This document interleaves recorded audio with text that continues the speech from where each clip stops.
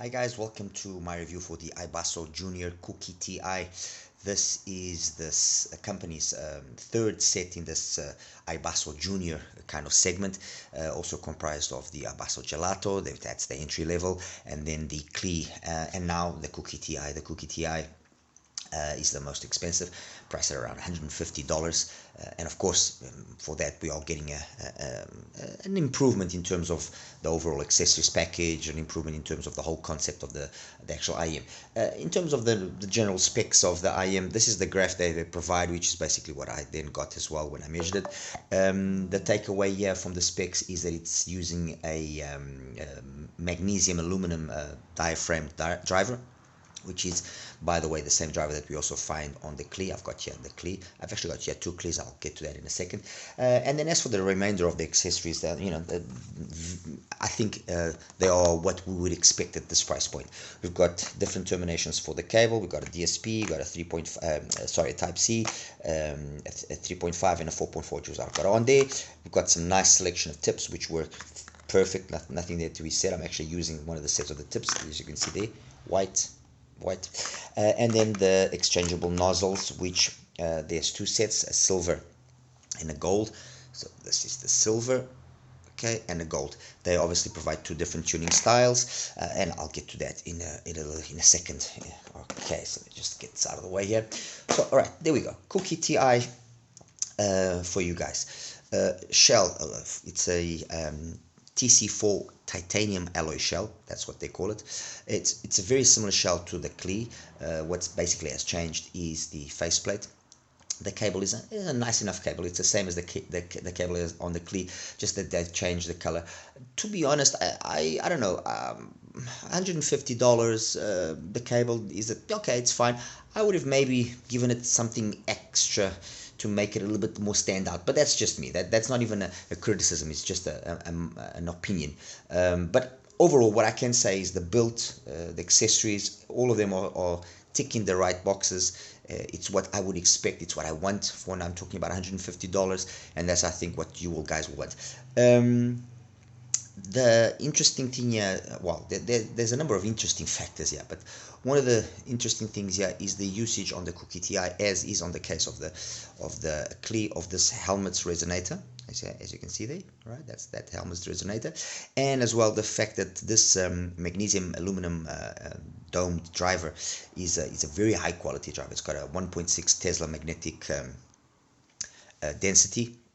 And what that basically means is that it's gonna be less prone to issues of breaking up and introducing then unnecessary resonances, unnecessary distortions, and so on and so forth. Just going back here to the resonator, to the helmet's resonator, it's actually dual. It's a dual helmet's resonator that the Cookie TI uses. Just a small correction there on my side. Anyway. Continuing here on the whole thing of the sound, which is basically what we want to know. We can say that the Cookie TI is all about being clear, detailed, and well controlled. I think that's the takeaway here. Obviously the dual helmets resonator concept is used in an attempt, or not in an attempt, but in a way to reduce the distortion and clean up the transients, then making a faster attack, a tighter attack and decay period. So the sound is more dynamic, it's more alive, it's cleaner. You can get away with then actually tuning more bass because it's going to be clean and it's not going to be muddy or anything of the sort.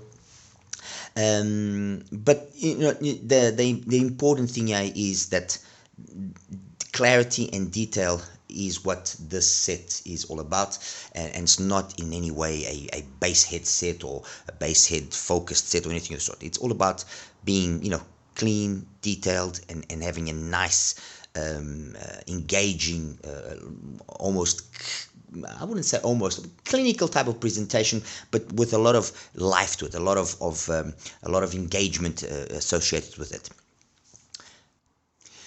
So in a nutshell, I think the main things for us to take away here so far is that we have the usage of premium materials.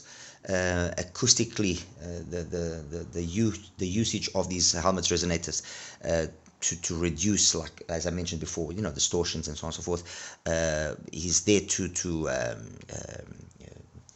enhance the experience of the sound in either of the nozzles, although I prefer the gold nozzle. And then what ultimately this means is that we get a clean, very tight, very dynamic, very engaging sound with either of the nozzles, although, like I said, I do prefer the gold nozzle, where, be it from the bass that it's clean, it's got enough weight, enough, presence, but the takeaway on the bass is how clean and how detailed it actually slams, to the mids, which are, again, phenomenally well done, clean, detailed, non-aggressive. Always the takeaway, be it in the bass or be it in the mids or be it even in the treble, is that it's all about being very clean, but at the same time natural. It sounds very musical. In the middle of all of this cleanliness, there's a high degree of musicality, which is something that's difficult to sets when they are not properly, when they don't properly come together in terms of the materials being used, the tuning being used, the actual driver being used. They can be overly clinical and then lose their sensation of being musical, they just are lifeless. Okay. On the other hand, if the same thing is not taken care, you can have a set which is overly warm, overly thick, and it makes again for a sound which is lackluster. When we see something that's like in this case here of the Cookie TI, that is able to fetch both a good balance of both worlds, it's impressive. Especially, and again, let's not forget, this is a single dynamic. It's way more difficult to obtain that type of character, of that balance, of coherence, of musicality and clarity, of being organic and being being detailed, of being musical. It's difficult to do it when you're talking about a single driver. It involves a number of other factors which, when we have a multiple driver setup, we don't have to be so concerned with. There are other problems, of course, but in a multiple driver setup, you can have multiple. You have each driver handling a specific part of the frequency range, so you can have you can extract the best that each driver is capable of doing. You just have to make sure that then they come together nicely in a coherent manner, and it sounds like a single driver. But on a single dynamic, this is exactly what happens when we used, back in the day, we used to use full range drivers, single. That was all that was the range of that was the method used for many years during the late 40s, the 50s, the 60s, the 70s, even the 80s.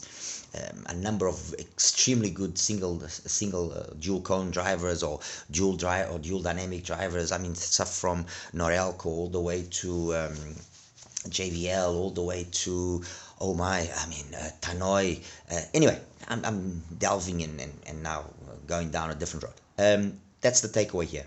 So bass, mids, treble, everything is very well done, very nicely done. It's clean, it's dynamic. That's the main takeaway here, and it's all down to the metal shell being well matched with the driver they're being used, and the driver having the high flux density, magnetic density, which allows it to be or rather perform as well as it does. Anyway, what did I then bring out here to kind of position the Cookie TI, and so you guys can have an idea? Well, I've got here two clees, like I mentioned. I've got here one clee, which is the stock one, and I've got another one here, which is one that I did a little small mod on it. And without that being even the intention, what basically happens here is, on the stock clee, we have an emphasis there on two specific frequency points, namely that area there between 2 and 3 kilohertz, and then between 5.5 and 7.5 we have a little bit more energy, and that makes the sound be more clinically, the sound of the clee be more clinically versed. Doesn't scale as well, as because when you start pushing the volume, it just loses its ability to scale as adequately. But it's clean, it's detailed, it's fine. And when you consider that you can get the clee was initially $80. I used to see it around $80, but I've seen this come down to as $40. For $40, this is a no-brainer. Honestly, a no-brainer.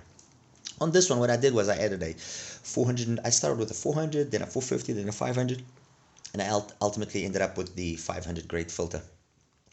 Actually, I use the filter from a 10th stream oxygen, to be totally honest, which is reported to be anywhere between 450 and 500 anyway.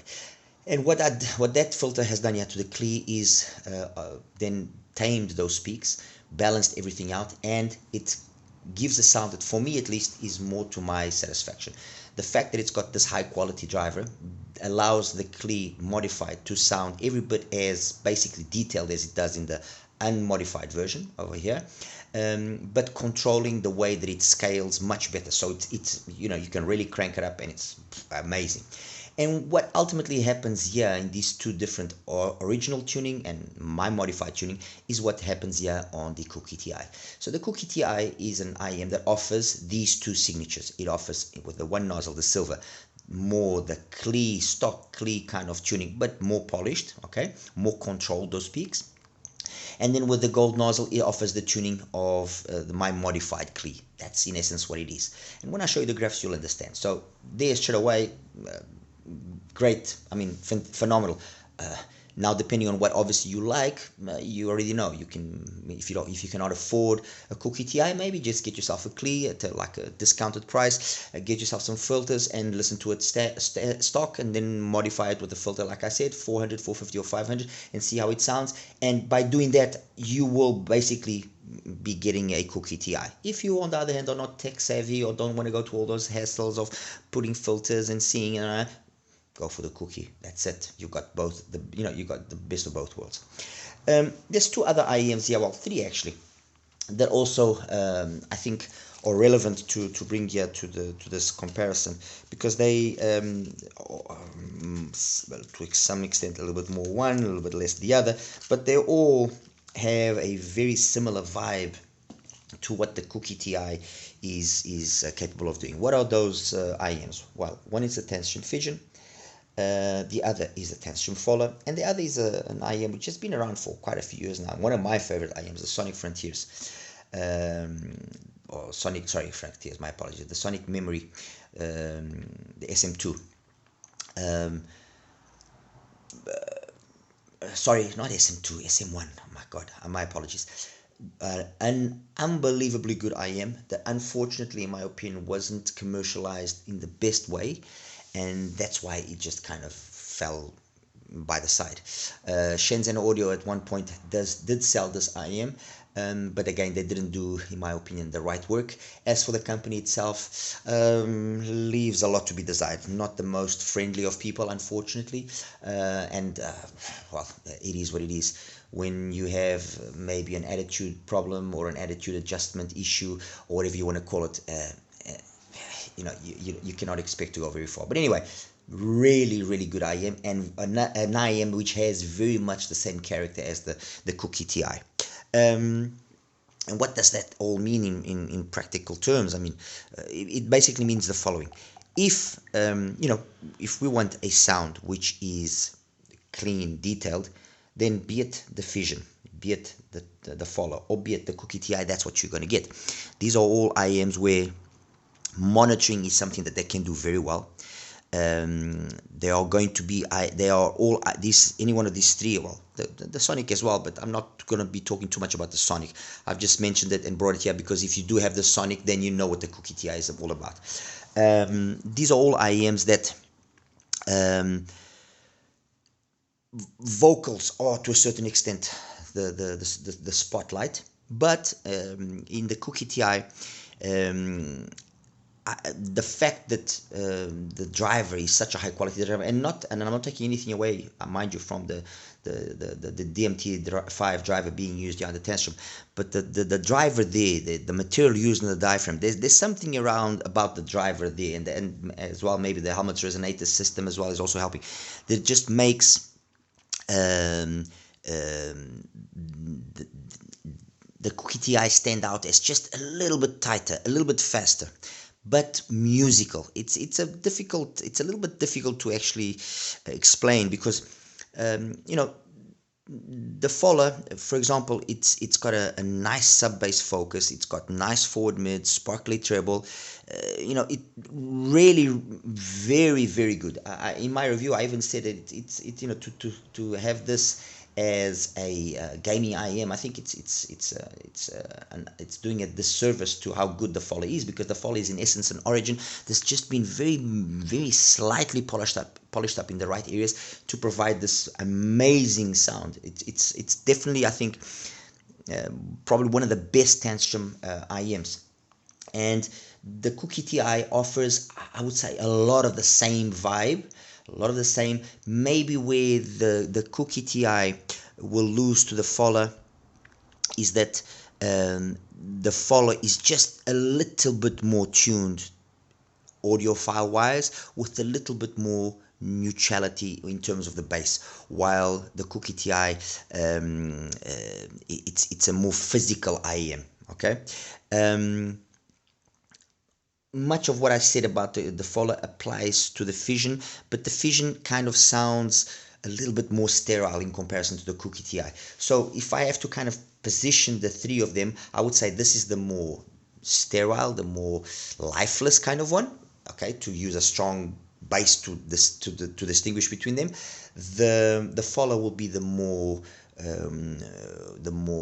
engaging, the more lush type of sound that it's being tried to obtain here on the Cookie TI, and the Cookie TI gives kind of like that middle ground. Okay, again, keeping in mind that's all with the filter, the gold filter. With the silver filter, the sound of the Cookie TI becomes a little bit more similar to the Fission than the Follow.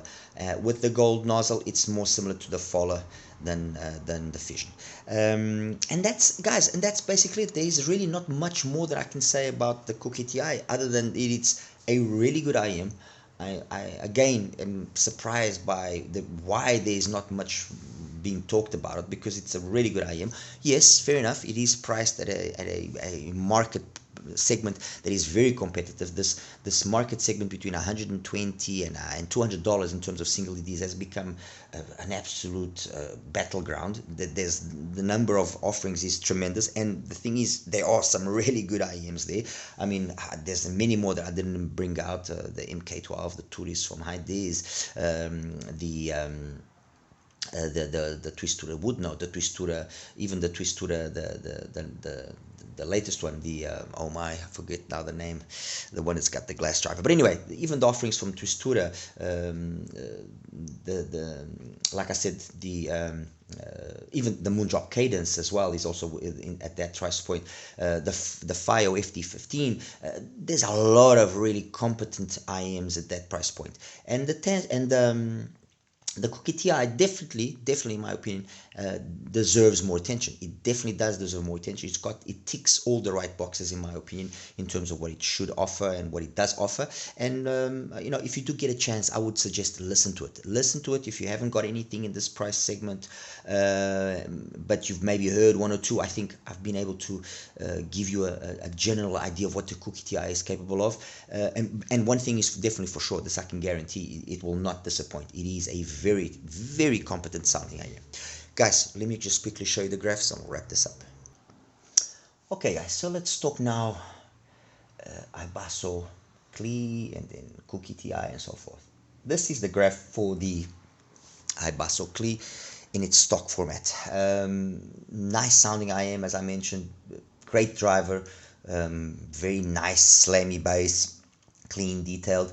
The only real issue with the CLI, I would say, is that it doesn't scale as ideal as I would have liked, and for that reason then I did a slight mod, as I mentioned, and I came up with this, which is, in my opinion, a substantial improvement. Gone are those peaks that we find there. The sound is now significantly more neutral in that part of the segment. The bass, yes, it is a big bass, I'm not going to deny, but because of the quality of the driver, the way that the bass and the mids and the highs come together is very nice. It is really very nice. It's clean, it's detailed, it's dynamic, it's snappy, it's amazing. As for the Cookie TI, they have the silver nozzle, which you can already see some similarities to the CLI. Okay, the CLI is just more energetic, and they've basically, what they've done is they've polished up the way that those peaks are, so they are not as obtrusive. and you can see that 100 hertz point there corresponds to just under 2 kilohertz, but the energy behind and what we have there, it's very nicely balanced, very nicely balanced. This scales like a beast, while the Klee doesn't scale as well, and it's only down to the fact that it's maybe just overly energetic to start with. And then they've got the gold nozzle, which is what I prefer, which, I mean, what you get in terms of bass is nothing. It's you can't perceive it, but it just further cleans up this area here and those peaks at 2 and 5 roughly. And the sound of the Cookie TI in this tuning, the gold nozzle, is absolutely incredible. It is a solid sounding IM. It at times, even I would even go as far as saying that, and this is a very, I mean, this is bold. I would say that this at times can even give us an idea of an MIM Dark Magician, but with more bass. The MIM Dark Magician, as we know, is an IM that made its name, and I think it will always be remembered as an incredibly good IM. Actually, just for you guys to see what I'm talking about and understand that I'm not just saying things because I want to say. Let me just quickly show you here the graph for the MIM Dark Magician, and you'll see exactly why I'm saying what I am saying. Okay, MIM, where are we? MIM. Apology, guys. There we go. Okay. I believe it's this one. Yeah, there we go. Okay, so this is my MIM Dark Magician. And I think by placing the graphs on top of each other or close to each other, you'll understand why I'm saying what I'm saying. Okay. The only reason why I didn't put the other, well, I could have put it really, to be honest. I just, like I said, there are so many IMs. I thought maybe going or putting it up against an IM that is so difficult to find nowadays, and it's so much more expensive. But if this is any help, or if this will help you guys understand how good the Cookie TI is, to say that the Cookie TI is a poor man's MIM Dark Magician is not doing it any disservice. If anything, I'm praising it very, very highly. I even personally think, and this I'm saying because I've had the drivers of the MIM Dark Magician and I have them in my possession. It is a phenomenal driver. There's nothing wrong with the driver of the MIM Dark Magician. The driver of the Cookie TI is better. It is a better driver. Trust me, it is a better driver. It's a cleaner driver. Even it's you honestly, guys, you have to hear it. I know you will think that I'm kind of exaggerating, and no, trust me, you have to hear it. The MIM Dark Magician driver is a very good driver. It's a highly versatile driver. There have been some guys out there that have done some crazy things with it, but I believe it still has its limitations, and it's a driver that were it not for the tuning that is implemented in it, it maybe wouldn't shine as much as it does. The driver of the Cookie TI, obviously, of course, the tuning is the determining factor to whether or not it's going to be good or not. But the driver of the Cookie TI is a driver that, in my opinion, does allow for more expansion of or more tuning possibilities, and can go thus further in what it can or cannot do. The only issue, yeah, obviously, is getting your hands on them. But anyway, that's neither here nor there. Anyway, that's it compared to the MIM Dark Magician, and I just thought I would actually mention it because yes, it is that capable. But compared to what I actually did bring out, and I'm going to start off with the Sonic Frontiers, which is this one here. Okay, you can see again how similar they are. Very, very similar. The bass, the cleanliness of the bass of the Sonic Frontiers of the SM1 compared with the Cookie TI, very similar. Again, this is an IM that was over $200 back when it was available. So comparing it with something which is more expensive, and it was a good IM. It was just more a company marketing issue that didn't allow it to shine as much as it could. I think it's already a really good testament. The other one, which is also extremely capable and obviously more recently available and everything, is the Tangent Fission, which is what I'm putting up now. The Fission sounds more clinical. It sounds more detail orientated. It does have the advantage that even it does scale better, but it's a little bit you go back and forth between one and the other, and you feel that there's just that little extra more organicness without losing any of that technical capability on the Cookie TI as compared to the Fission. The Fission is just a little bit perhaps overly cold compared to the Faller. I think these two actually end up being more similar. Let me just Let me just make it perhaps red so you guys can see it better. Compared to the Faller, the way that the driver is able to produce more bass than what the graph would lead you to believe, and that sound, that balance of bass to highs, upper mids and treble, mids, upper mids and treble is more well obtained than what the graph would lead you to believe. You'd maybe think that this is overly, too much in the mid. No, it sounds, yes, it sounds very audiophile, while the Cookie TI sounds maybe a little bit more physical. Okay, but both are extremely capable, and both, for the majority of the stuff that I was listening, sound very similar. The Tanstream is also very well accessorized, great cable, case, tuning tips, everything. The Follow is very much a Tanstream origin, but that the Cookie TI holds its own and can trade blows with the Follow, I think is again testament to what I've said earlier, that the Cookie TI is a very good IM, very good IM, and one that does deserve a little bit more attention than what it's getting so far. Anyway, guys, that's it. Any questions, please feel free to ask me. I'll take care, and take care now. Bye bye.